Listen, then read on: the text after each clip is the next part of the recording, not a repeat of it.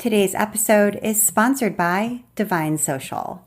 Divine Social is a marketing agency that helps e-commerce stores who sell to makers, creators, crafters, artists, and DIY enthusiasts.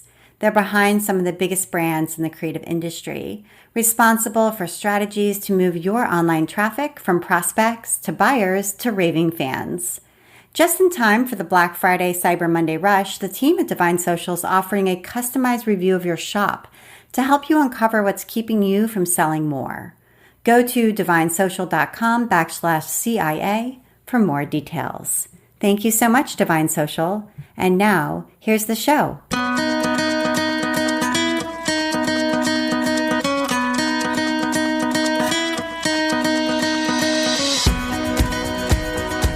Welcome to episode 203 of the Craft Industry Alliance podcast. I'm Abby Glassenberg. Craft Industry Alliance is a community for craft professionals where you can strengthen your creative business, stay up to date on industry news, and build connections within our supportive trade association. Check it out at craftindustyalliance.org. Today on the show, we're talking about building a quilting empire with my guest, Jenny Doan. Jenny is the smiling face of Missouri Star Quilt Company. Stitching together simplified quilts full of love and laughter, she makes quilting easier, more accessible, and friendlier than ever before. Watching her tutorials feels like coming home again. With over 750,000 YouTube subscribers and more than 230 million views to date, Jenny has sparked enthusiasm for quilting and warmed her viewers' hearts across the globe. When she moved with her growing family to Missouri over 20 years ago, she never imagined that someday they'd have a successful quilting business. Like many small towns across America, employment was scarce. So in November 2008, on a modest budget, the Doan family bought a building in Hamilton and started Missouri Star Quilt Company. At first, they offered basic quilting supplies and machine quilting services, but business picked up when they started posting videos of Jenny teaching quilting tutorials online. From that time on, her life changed forever. Almost 13 years later, Jenny now teaches quilting tutorials on YouTube once a week and continues to share her story everywhere she goes. It's a labor of love and a dream come true for her. Hamilton, Missouri has become a quilter's paradise, attracting visitors from around the world. With the help of Jenny's husband, Ron, her 7 children, and 25 grandchildren, the family business has grown to include an entire community. Here's Jenny. So Jenny, one question that I had for you was, does your business card really say Quilt Diva on it? I heard that somewhere and I wasn't sure. It really does. So in the beginning, my son made these funny cards for all of us. And his was like captain of the ship, and mine was Quilt Diva. And while I've never in my life been a diva, it does say that. And I actually think the newest one says that too. I rarely look at my cards, but let me see if I can find one, see what it says. Oh, yep. Quilt Diva. It does. Okay. So you are officially the Quilt Diva. And I know that you have a new book coming out, which I'm very excited about. It looks like it comes out in mid-October. So pretty soon. It's called How to Stitch an American Dream, a story of family, faith, and the power of giving. And I wondered if we could start out with you telling us a little bit about how this book came to be and kind of what readers can expect. Well, it came to be, I write a lot of stories for Block Magazine and tell the things that happened to my kids when they were little and that sort of thing. And people have loved that. And I, at one point I said, I hope you guys are reading Block because it's like, I'm chronicling your lives in here, And then I think, my son thought it might be a good idea for me to write a book about my life, about what brought me to this place. And it's like, how you like say a thought and it's like almost it gets out there in the universe and, things happen. And so the people who wrote Joanna Gaines' book approached me about writing a book. And I was like, I'm not Joanna Gaines. I am just a quilter, And they're like, yeah, but you have this big following. We think it'd be really cool. So we chose a writer. You have to go through the process. We chose a writer, and so he came out and stayed with us, or not with us, but we were together for about a week, just talking and telling stories and all kinds of things. And so we started putting this book together and writing this book. And Honestly, for me, it's probably one of the most amazing and terrifying things I've ever done. I know Alan is super excited because this is not just a book about my life, but it's a book that will tell my children about my life and my grandchildren about my life. And there are things that have happened that I wrote about in this book that I don't know that I've actually ever spoken aloud. Things that happened to me early on in a marriage before this marriage, where I just, you don't talk about those things. And Right. so when I was reading the book for Audible, it was super emotional for me because I was reading those words out loud. And that's a whole different thing than just, packing them in a little box somewhere, so.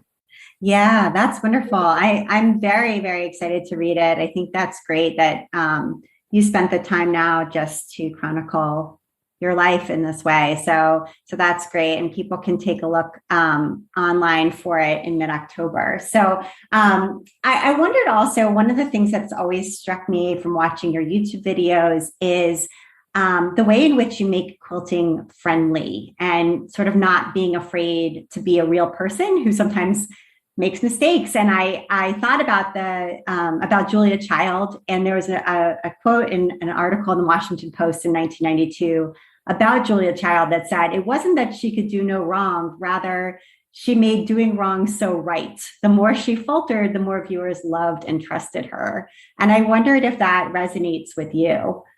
Well, I think, I've thought a lot about this, and I think it really does, for one. But also, I think that there's something about being able to learn a skill in the privacy of your own home, which happens on YouTube. You can learn and fail in the privacy of your own home, and you don't have to come out until you're confident about what you can do. And I think that for so many people in this time of anxiety, I've just thought so much about the anxiety thing because that's a word you hear over and over now. And it used to be, oh, my stomach hurts. I just don't want to do this. My stomach hurts. You'd hear your little kids saying things like that. And for me, YouTube has become this safe place for people where they can learn and they can fail and they can try things. And if it doesn't work, it's no big deal. When I first started teaching, I would have a class and there'd probably be half a dozen women in the class who wouldn't sew at all because they were terrified to sew in front of me and make a mistake. And I'm like, oh, no. You may have to worry about that with somebody else, but with me, I'm making the same mistakes. And so we're learning together and we're doing it. And I've always felt like the journey was super important as well. So, people say, well, what about those first quilts? And I said, I honor them. That is where I began, and if you sew an hour today, tomorrow you're an hour better. And that journey is so important. And we spend so much of our lives comparing what we do to other people. And I'm like, no, you do not sew like the lady across the table from you. You sew like you. And so just keep sewing, keep practicing. You'll get better and better. I mean, I didn't square my blocks for many years. There's just all kinds of things like that I didn't know there were rules. So I didn't know I was even breaking them because I just did it my own way. And my way, I'm very visual. I quilt by pictures. So if I can look at a quilt and figure out how to do it, I'm good. But if I have to read a pattern, I'm not so good. So we had to hire people to write patterns for me, and they write patterns from my project backwards. And once I started squaring my blocks, they were ever so delighted because then everything was the same. But, it takes a while to work into those. We all start with the cheapest fabric, because we don't know if we want to invest $10 a yard into something if we don't like it, So we start with the Walmart fabric and the Joann's fabric and the fabric we got at a yard sale or whatever, because we want to try it, but we're just not sure where it's going to go from there. And I think that if you love it, you find out very quickly and it, progresses pretty fast. Yeah, I think you are just such a relatable presence in that way, and that you're, honest about not having squared your blocks for years or just being a human being. And there's no quilt police, it feels very approachable. I know somebody asked me the other day how often I change the needle on my machine. And I said, I change it when it breaks. And they're like, and so then there was this big trunk show we had here in Hamilton, and Karen Miller, who's an aura philosopher, she's just like amazing. And she does a lot of free motion quilting. And she's like, well, you should change it at least like every 8 hours or and somebody said, well, Jenny says, she says, shame on you, Jenny. And I'm just like, well, we're all at different places of our development. Right. Now, if I free motion quilted as much as she did, I could really see how that would be necessary. But I'm a piecer, right. Strips together. Right. So I wanted to sort of go back a little ways and and ask you what brought you to Hamilton from California. Was it really just a totally random choice of sort of looking for a random place in the Midwest that was affordable, or had you heard about Hamilton, or how did you get there? No, so we didn't know anything about the Midwest, zero. I actually said to my husband, so what is the Midwest exactly? Because what was happening in California at time, that was when the interest rates were so high. Everything's very crowded. It was very hard. My husband was a mechanic. It was very hard to raise a family, 9 of us on a mechanic's salary. Our house payment was unbelievable. The taxes was unbelievable. To get your car registered was over $1,000. Everything cost so much. Yeah. And the schools, we were in an area that had a lot of gang trouble. We decided to homeschool our children at home, and all of a sudden all of a sudden everything felt really hard there. Yeah. And I was like, well, gosh, maybe we should think about moving someplace else. And I actually thought about moving someplace else in California. But, the feel was then that we just needed to try something different. And so Ron said, well, what if we move in the Midwest? He had lived in Indiana for a few years, and he loved Indiana and the Midwest. And so I thought, well, we always do the bottom line.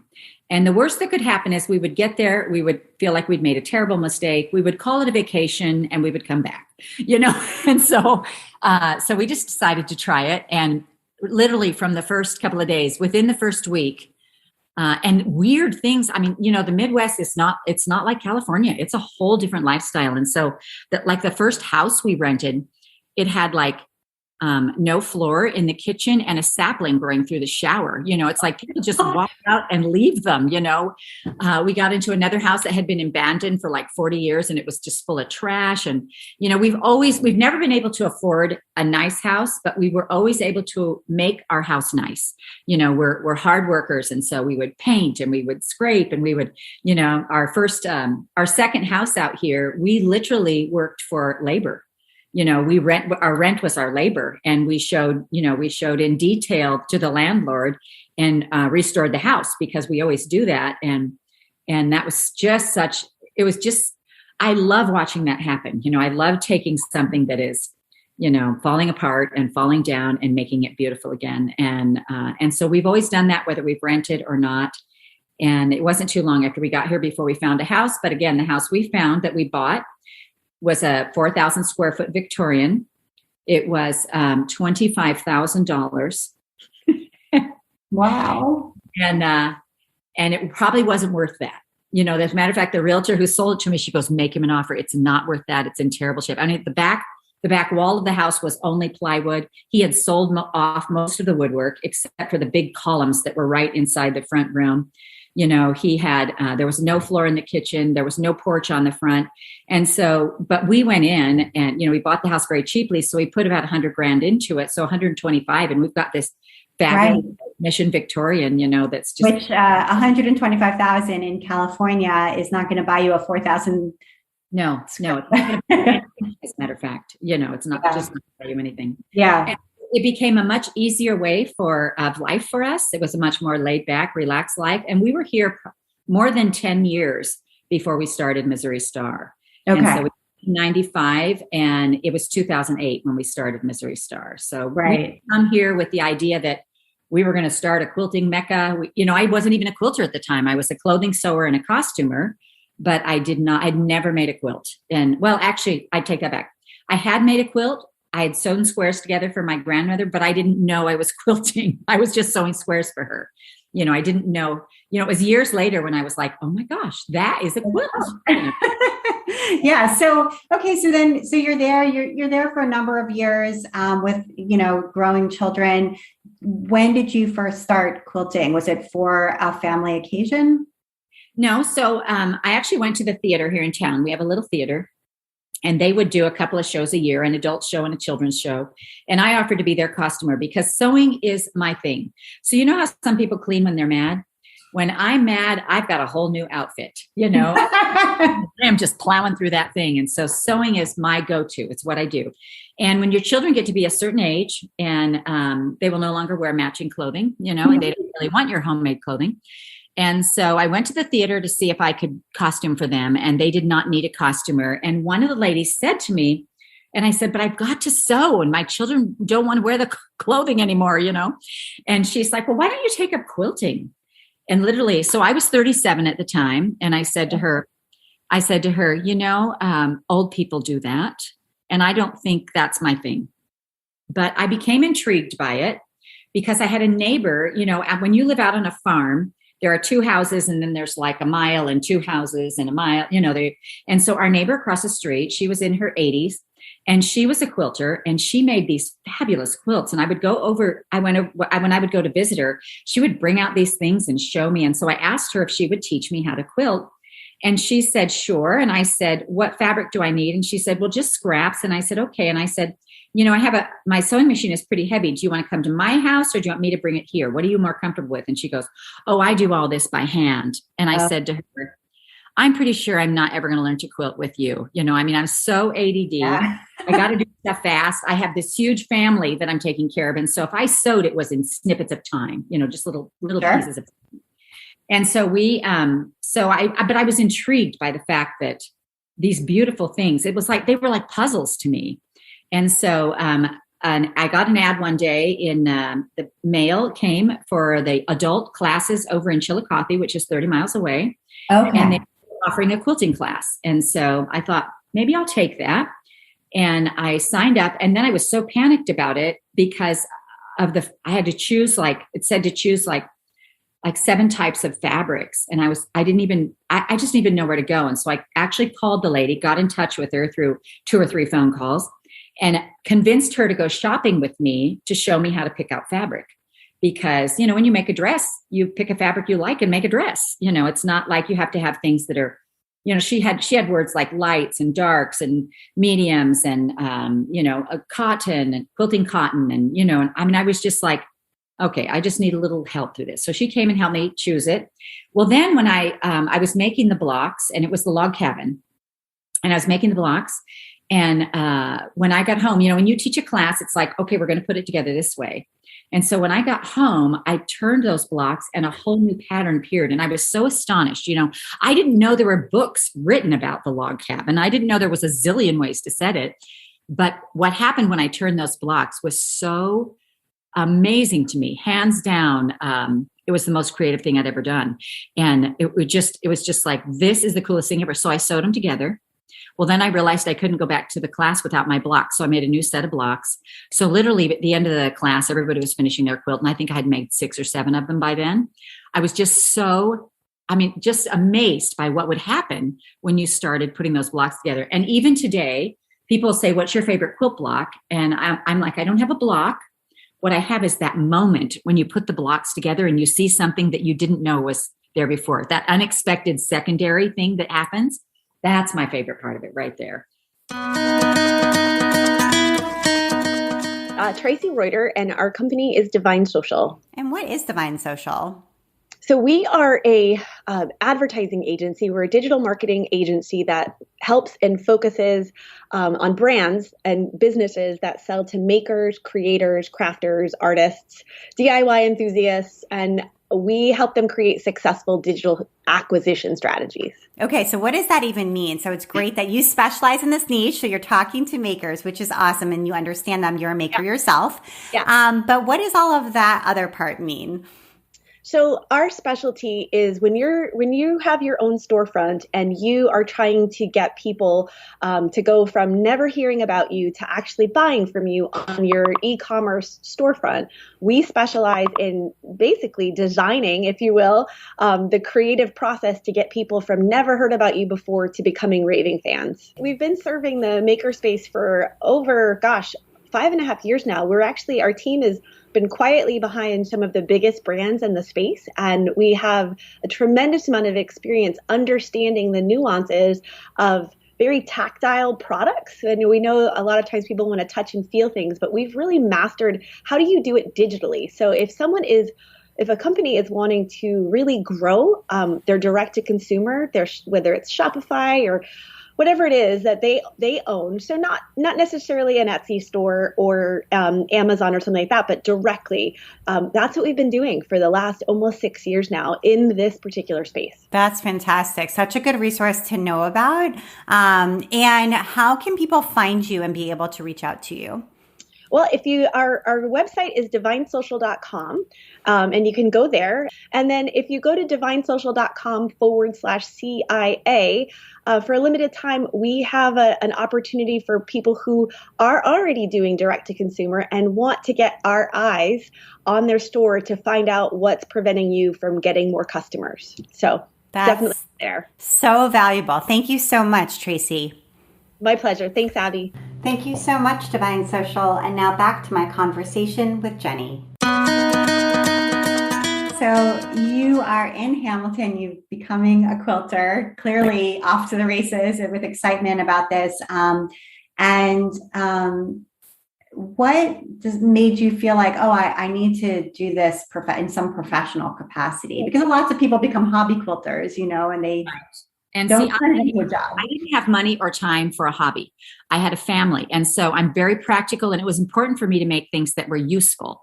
And so I would make quilts for babies. I would make quilts for my children. I'm a piecer and I'm very fast. And so I wasn't worried about precision. I was worried about making things that would keep my family warm, that they could snuggle in, that I could give as a gift, that would save me some money because I already had this fabric. And so that was what spurred me on with quilting. I joined a little women's group over in Chillicothe, and I would go every Wednesday. And it was like, for me, having a house full of people and being able to leave the house and sew one day a week was like a gift from God. It was a little present. I was just like, oh, you've just saved the lives of all my children. It was so nice to be able to go someplace and do that.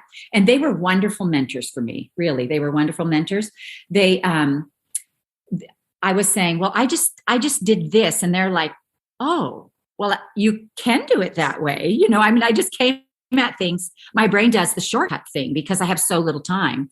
And so I came at things differently, and they would be like, oh, well, that's not how it's usually done, but it worked.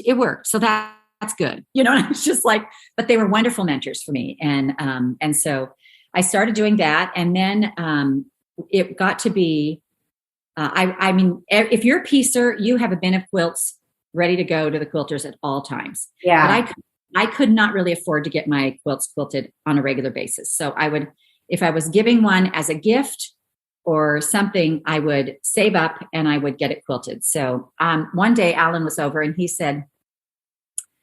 asked me what I was doing that day. And I said, well, I have to go pick up a quilt. And he said, well, what quilt is it? And I said, I don't really remember. And he said, why? And I said, because she's had it like for a year. I think it's a Star one. And he said, what do you mean she's had it for a year? And I said, well, the long armors get really backed up and then they stop taking them until they catch up, And we had just, it was 2008, the market had just crashed and we lost all of our retirement. Now you have to know this about me. I live in the present. I live right here and right now, and I'm very happy right here and right now. I'm not big at, oh, let's plan for this ahead. I don't look back because I'm not going that direction. But, I'm so happy right here in the present. And Al's like, well, he had been talking about, what are we going to do about your retirement, all that kind of stuff. And I'm like, I'm sure we'll just have a job. We'll get a job, Dad and I will keep working. It's not a big deal. You don't ever think in your brain that you're going to be too old right. to work, because I could just go get a job and we'd be fine. We didn't need that much to live on, and we had paid our house off and that sort of thing. And so, I was just like, well, we'll be fine. And so when this quilt thing came up, the light went on in his head and he goes, well, could you do this? And I said, could I run a quilt machine? And I'm like, well, I can sew. And he's like, well, I wonder if you could do this because it seems like there's a need for this. And he said, I'm thinking if you could do a couple of quilts a week, then you could supplement your retirement. You'd have a little nest egg. And I'm like, that's really interesting thought. So he and Sarah, after a little more conversation, he and Sarah actually decided to go together and get me a quilt machine.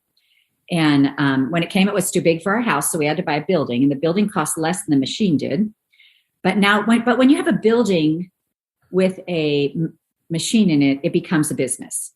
And so we decided that we would practice and see if we could, and then take other people's quilts to quilt And if we could make enough to pay back the loan on the machine and make enough to, get me a little nest egg, that was the whole goal. Well, Alan is a computer kid. So if you have a computer kid and you're my age, you spent his whole childhood saying, get off that computer and go do something, which I did regularly. Now we all work for him. I've apologized many times. But he's this computer kid. So he went right online to see what was happening with quilting online. Well, YouTube was only 1 year old. And there was a few little things out there that showed people's hands. There was no people. Quilting hadn't made the jump online. And so he came and he asked me if I wanted to do tutorials. And I said, well, sure, what's a tutorial?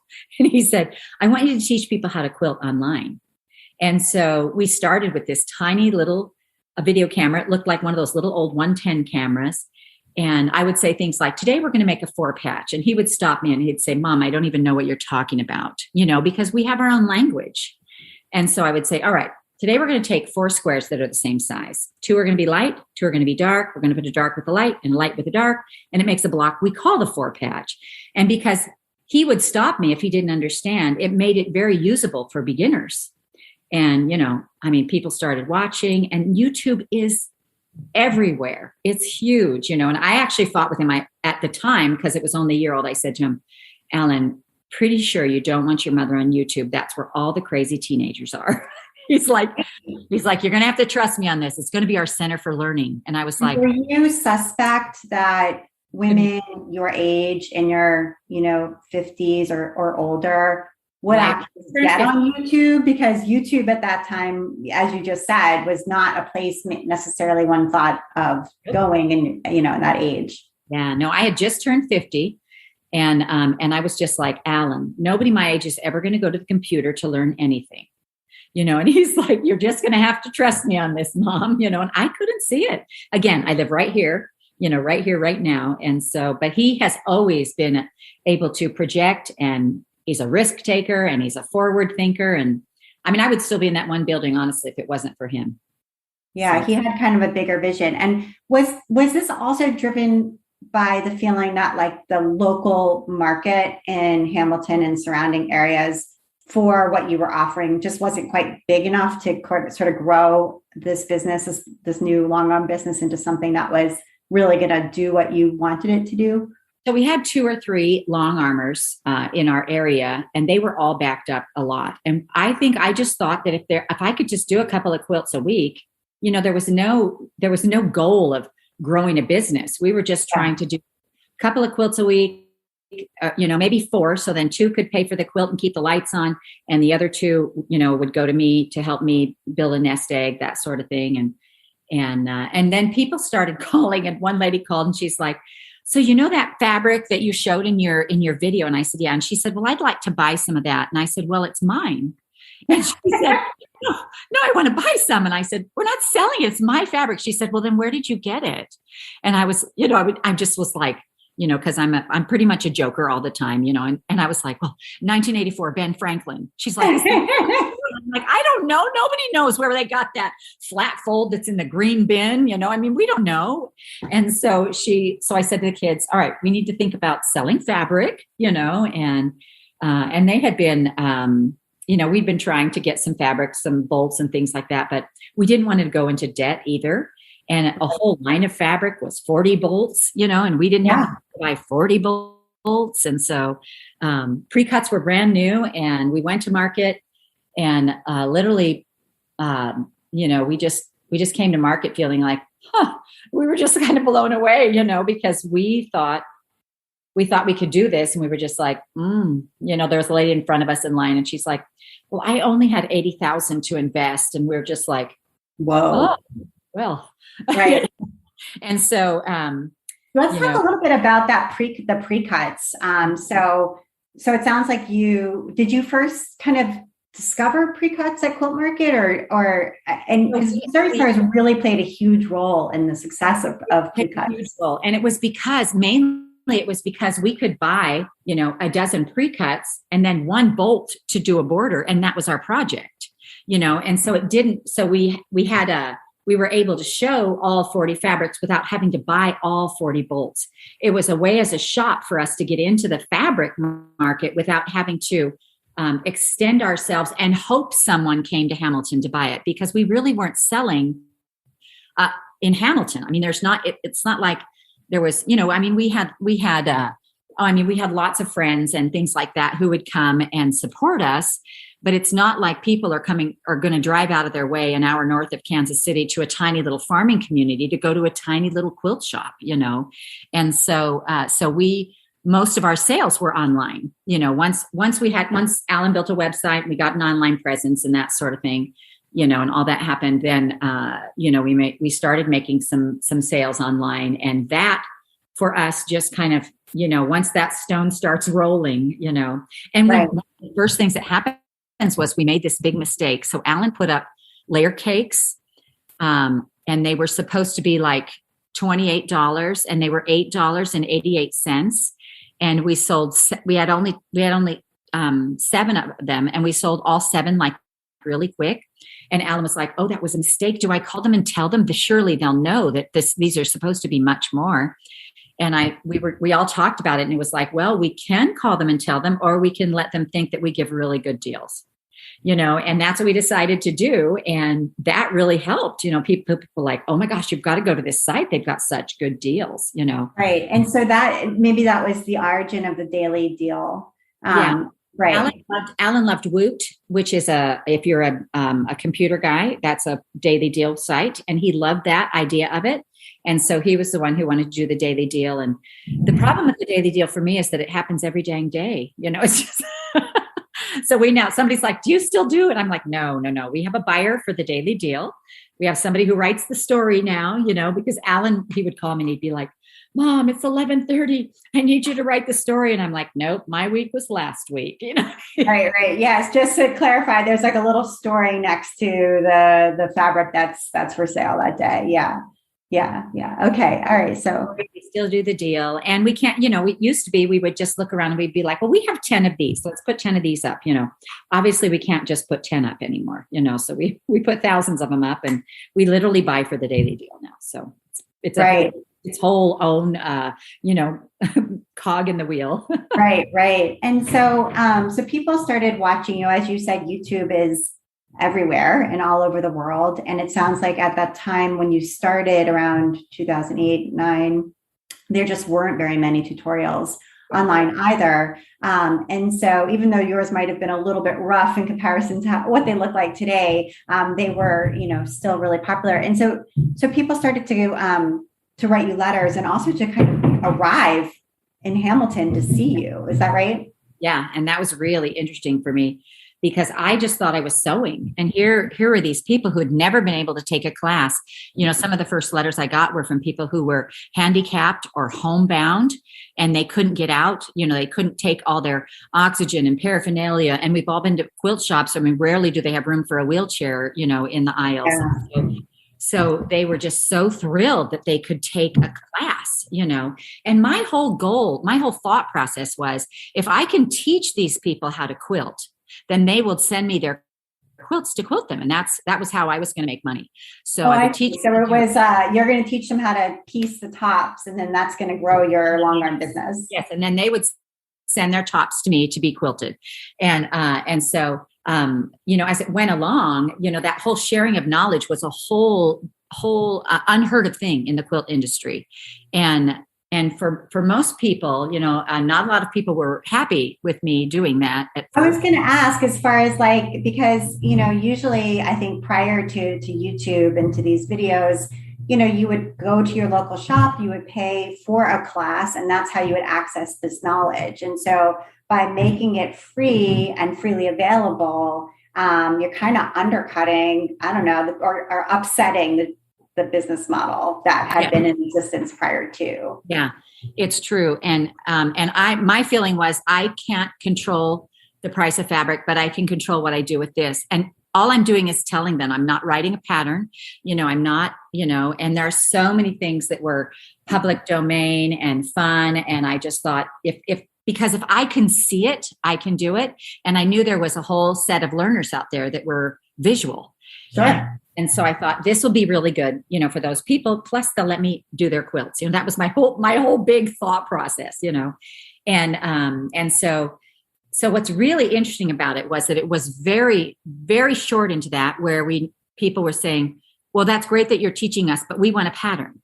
And I'm like, no, we don't want to do patterns. I just want to share this information with you. And they're like, no, we want a pattern. And so like, even now, I'll call somebody up and I'll be like, I would really like to show your pattern on my tutorial. And they're like, well, will you show everything? And I'm like, yes, I will. And you will sell tons of them. And some of them can't wrap their head around it. Right. Like, I'm going to show all the steps, but people are still going to buy the pattern. And so not only do they want the pattern, so I decided that rather than writing a pattern, we would come out with a pattern book. So we came out with Block Magazine, and it's just 10 patterns, and it's for less than the price of one pattern. Because again, I am a mom who lived on a very small income, and I wanted to be able to share this as economically as I could. And I said, Alan, it's really important to me that we don't charge a ton of money for something I feel like I'm telling them anyway, And so I've been super proud of the fact that Block is a beautiful magazine. And, we've raised the price. It was $5.99. Now it's up to $7.99. But in 10 years, we've raised that price one time.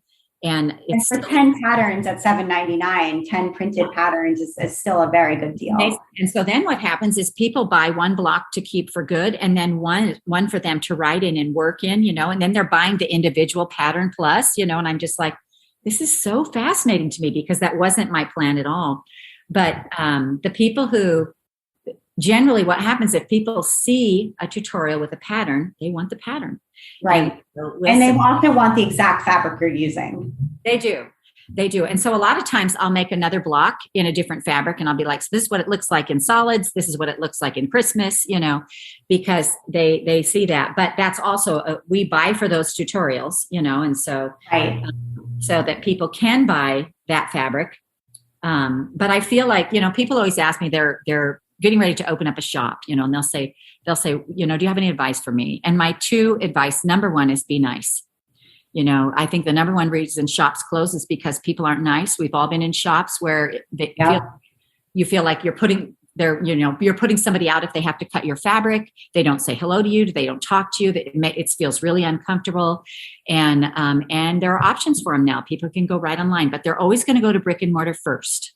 And the second thing is that to be generous. If you are so worried about that inch of fabric when you're cutting it, that there's nothing that hurts my heart more than going to a store and having them be so exact that you're afraid if they cut it wrong, you're not going to have enough. Be a little generous, with what you can be generous, and I can be generous with my knowledge, and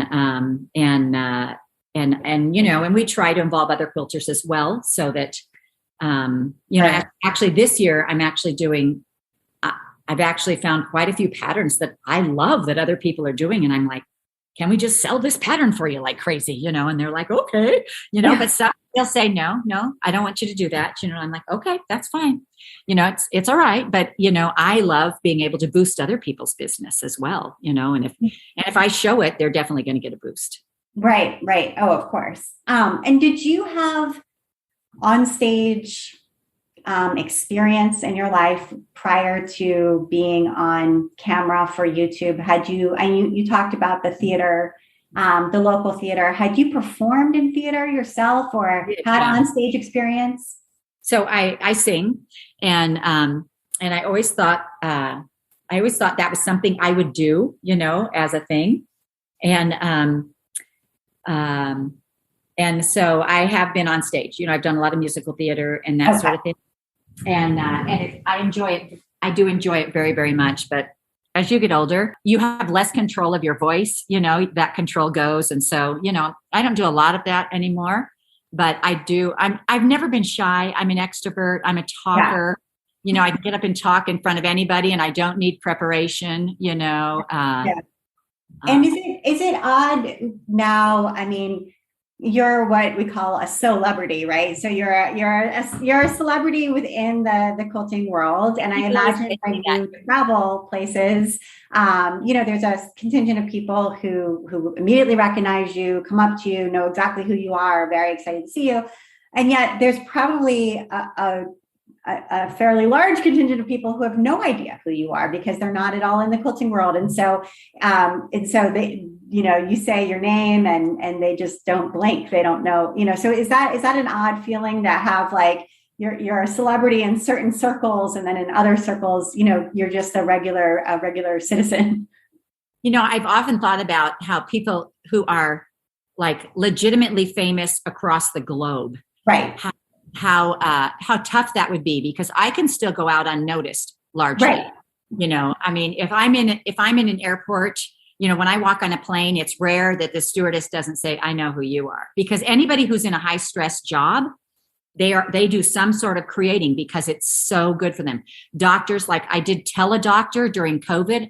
Sure. I called up a doctor and he goes, "Are you the Jenny Doan?" And I'm like, "I'm my gosh, you're my doctor," And so it is. I do still get recognized fairly often, but I can pretty much escape when I need to, and which is often. My personality is very well suited for this. I love being out there. People regenerate. I get regenerated from people, and so yeah. I enjoy all of that.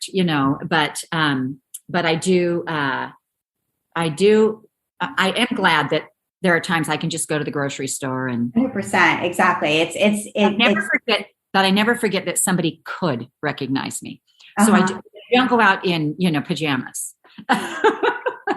Right. And I think it's also interesting the degree to which Missouri Star's growth and success has been driven by your children. It seems like getting you into business to begin with, buying the long arm was something that your children suggested to you, and then building the online shop and doing YouTube, and just so much of it was them kind of looking at you and what you were doing and suggesting or taking on new responsibilities there. Do you see that it's really so driven by them? 100%. 100%. I see it all the time. And it's one of those things that we all joke about, how they're exploiting their mother and that sort of thing, but the bottom line is we couldn't do any of this without each other. My children are all so different, and they're able to carry the business, that they're part of the business in a way that nobody else can. And so it's pretty amazing to watch them all in action, because they've all got really incredible talents, and no two are alike. I do love that. And Hamilton is one of the poorest counties in Missouri, as far as I understand it. And you're now Missouri Star is one of the largest employers in the county, it sounds like. And so how does that feel for you as sort of really changing the way that the economy functions? For me, it is just one of the sweetest things. And I feel that responsibility very heavily. We just had our birthday bash. And so we just take every year in birthday bash, we take this employee picture.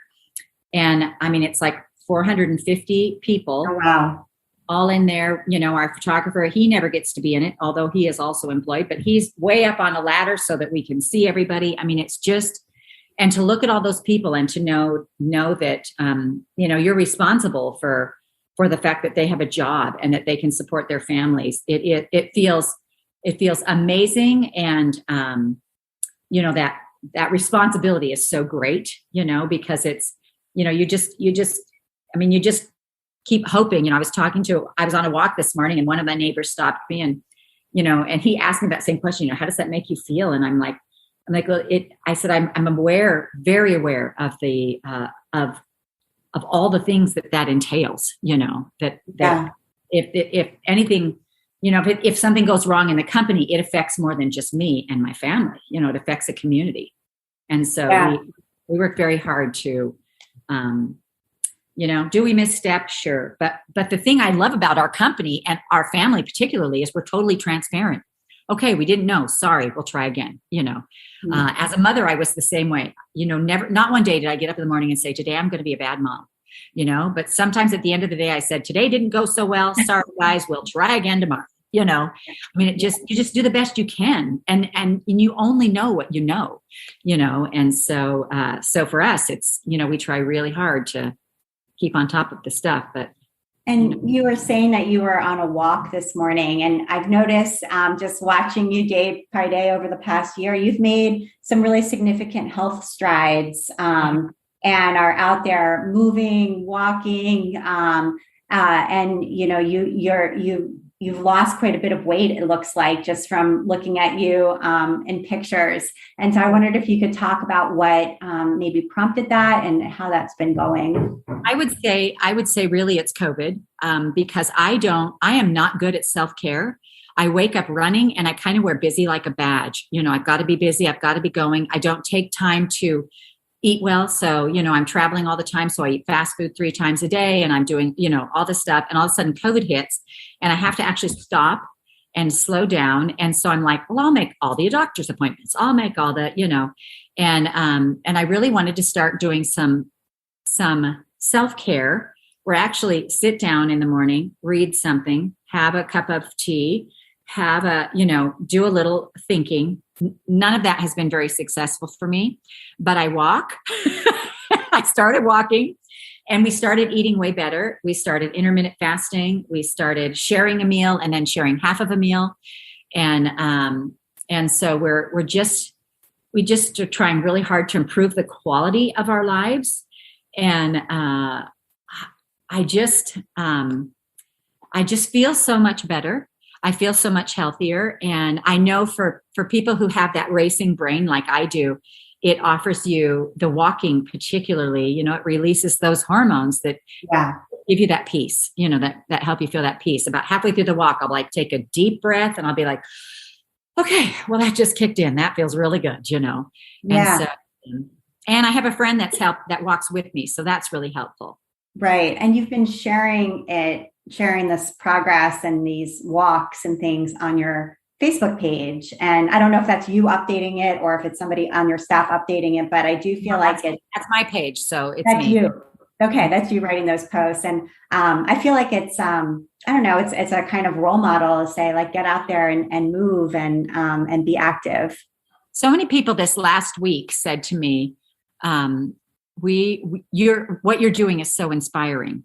And I didn't even, and again, I live right here in the present. So it didn't occur to me that what I was doing was inspiring. I was kind of proud of myself for doing it, Sure. And I remember at one point, I was like, let's just take a selfie and put this up. And Cherry was like, we don't have any makeup on. We're just out of bed at 6 o'clock in the morning. I'm like, I don't think anybody cares. And this is just really, for us. We need to document this, and people were just really inspired by the fact that we were really willing to put it out there and do it. And I like on Birthday Bash last week, we had several, so we walk for about an hour and a half. We walk about 4 miles a day. And generally I'm to work by about 9.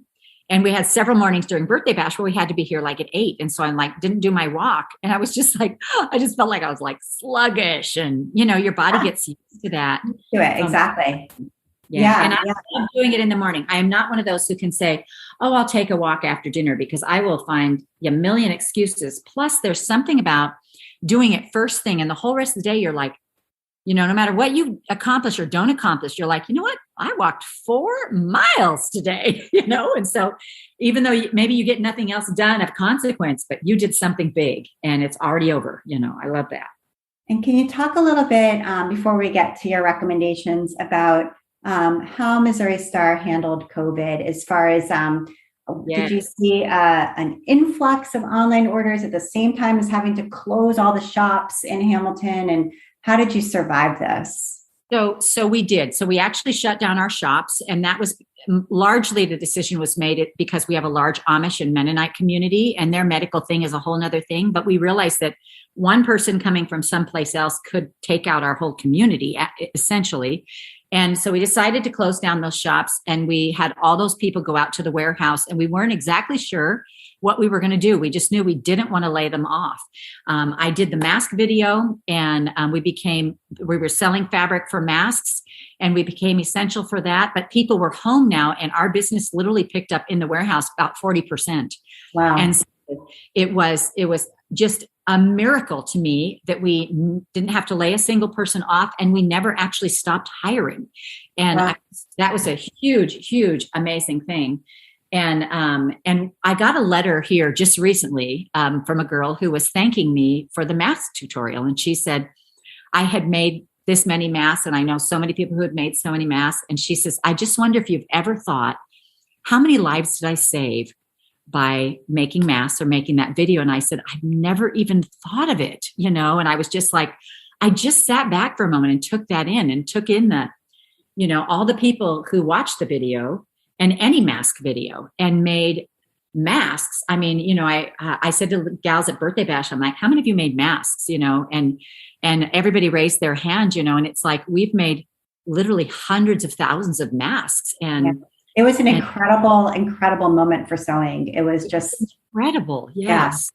Yeah.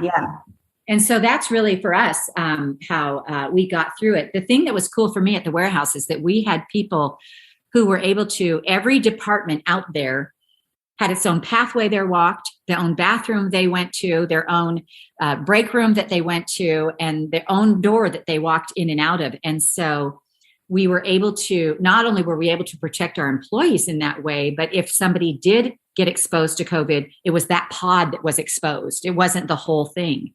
And so I was just super proud of them. Like, we haven't been able to even be out in the warehouse even yet, because we're an in-town team. And so one of the things that makes me sad about that is I know we've hired a lot of people, and I haven't got even to meet them yet because they're out at the warehouse. And so, we're looking forward for that time. But, people would always say, well, look at all that family's all together and they're not wearing masks. And I'm like, we were very careful to quarantine together. And I did, 3 of my children and their families did get COVID, and we would all then quarantine separately. And then, as we could, we got back together again. But we didn't have Christmas. We didn't have Thanksgiving together, and we are a close family. We all live right here. And so it was tough. There was some tough times. Yeah. And so do you have plans for your future? I mean, in a way, this business started out as an effort to build some retirement savings. And now I do wonder, it was almost a retirement business. And yet it's so enormous and so all encompassing that I wondered if you ever do plan to retire. So I probably will. My husband has retired. I say that in quotations because he says he's just retired. He's tired over again, because now he's everybody's gopher. He does all the running, and he still helps with buildings. He still helps me. He does all kinds of stuff, but he does what he wants to do, and I would like to honor his retirement and enjoy that with him. We bought a trailer this year. We go out camping once a month, and that's really nice.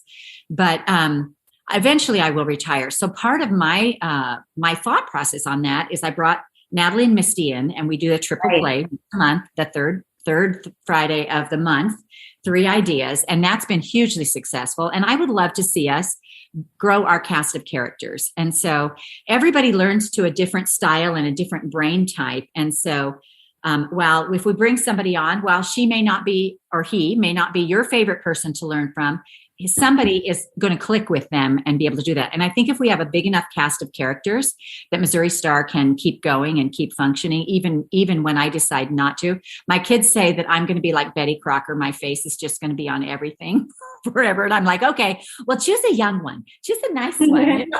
Yeah, I mean, it's almost a risk in some way, right? Where you are the face of the business. And so trying to diversify that face so that there's more faces.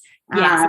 Yeah. And then also the content is big for me. So I do a tutorial every week of my life and have for more than 10 years, which is about over 800 bits of information. And so even for a new sewer, when they come on, if you actually connect with me, I mean, those videos are going to live on. And so Right. So I think that will also be good. And so that has not stopped in any way, shape, or form. As a matter of fact, that's picked up because now once a month you get 3 ideas, And so, so we're looking at different things like that. And also we'd like to help do for some of the other crafting communities, because people who are quilters, generally, at least a third of them cross over into the other fiber arts. There's knitters, crocheters, embroiderers. We all do other craft things. And so Alan did Let's Make Art, which is watercolor, where he's done for watercolor what he did for quilting. Then we also just opened up One Big Happy Yarn Company.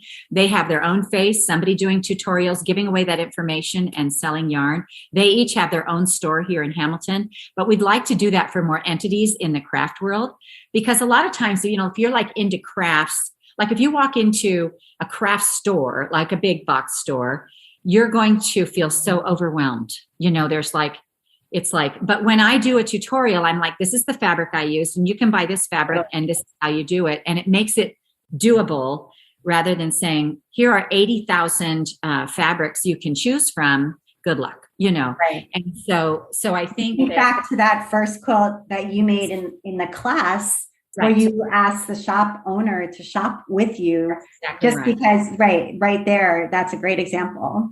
Yeah. And the pre-cuts, are so handy for beginners. Well, I still use them. So my talent is not choosing fabric and putting it together. I am a matcher. And so my quilt fabrics all look very much the same when I put them together. So my quilts, if I were to rely on my own skills, they would look very blah. But because I have a designer working for me every time I open up a pre-cut, I've got geometrics and florals and solids and background, and they know how to put that all together so it works. I mean, for a long time, I didn't trust them, and I would pull out the ones I thought were ugly, and Sarah was like, no, you've got to use them all. And I'm like, but now I'm so grateful for that, because I just trust, this is going to work. It's all going to go. I don't know how it works. Not to mention, you don't have to be such a skilled cutter. I know for a lot of people, myself included, that part's really tedious and difficult. Mm-hmm. So to have it pre-cut for you is also brilliant. Well, it's huge. And like our beginning quilters, like we have 4-Hers, and we give them a layer cake, and we have them practice sewing straight on a line with no thread or anything. They just have to practice until they can stay straight on the line. And then they start sewing those layer cakes together. They sew it 6 together, and they have a row. They do that 7 times, and they have a quilt, and they feel very accomplished by the fact that they made this thing, and once you have that feeling, once you realize, because it doesn't matter what block it is, you're still only sewing straight from here to here, 2 inches. If you can sew straight for 2 inches, you can make anything at all in quilting, and so there's nothing more motivating than that success, to have that first success. Then you're addicted and you want to do more, like that first log cabin that you made where you saw it. Yeah. And I always say, if you don't do anything else, if you can't afford anything else, that very first quilt, get that machine quilted. Because when they see it machine quilted, all of a sudden they're just like, I can't believe I did this. It takes simple squares and it just gives it a life. And I'm not sure how it works, but it just becomes amazing. And I still have grandchildren who are like, I can't believe I did this, and they look back at those little quilts, and it's, it's just amazing to them. So Jenny, can you recommend something that you're enjoying right now that you think a creative friend would also enjoy?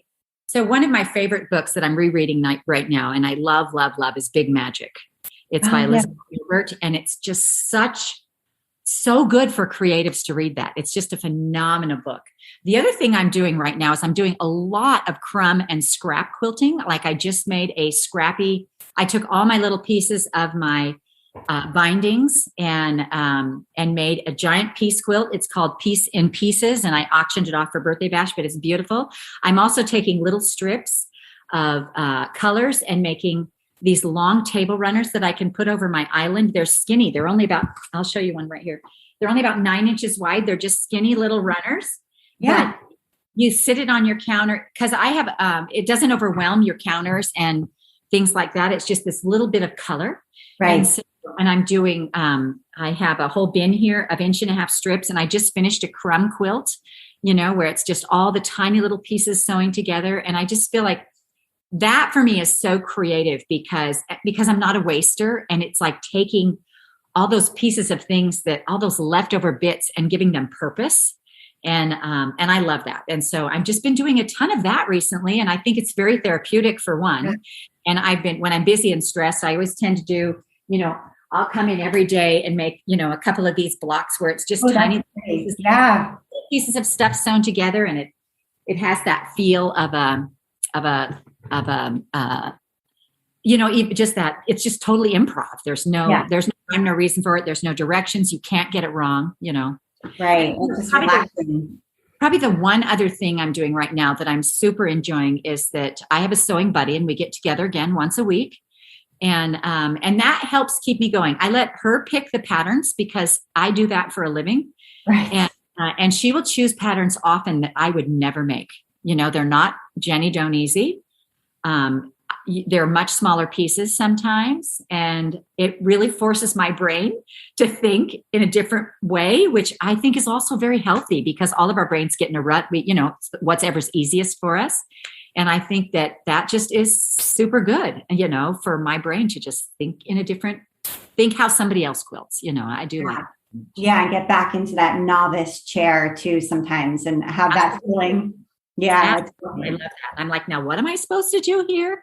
Do you know this is only 1 inch?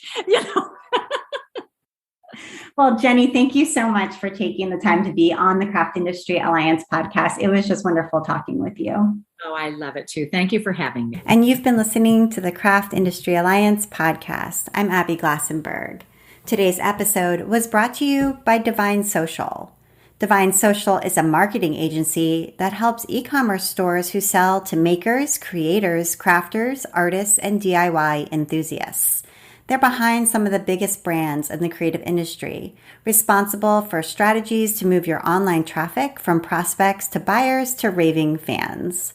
Just in time for the Black Friday, Cyber Monday rush, the team at Divine Social is offering a customized review of your shop to help you uncover what's keeping you from selling more. Go to divinesocial.com/CIA for more details. Thank you so much, Divine Social. Craft Industry Alliance is a community for craft professionals. When you become a member of Craft Industry Alliance, you get in-depth coverage of craft industry news, the opportunity to connect with fellow professionals for advice and support, and access to an educational library filled with ideas, tools, and resources to help you as you build your business. Join us at craftindustrｙalliance.org. Thank you so much, and I'll see you next time.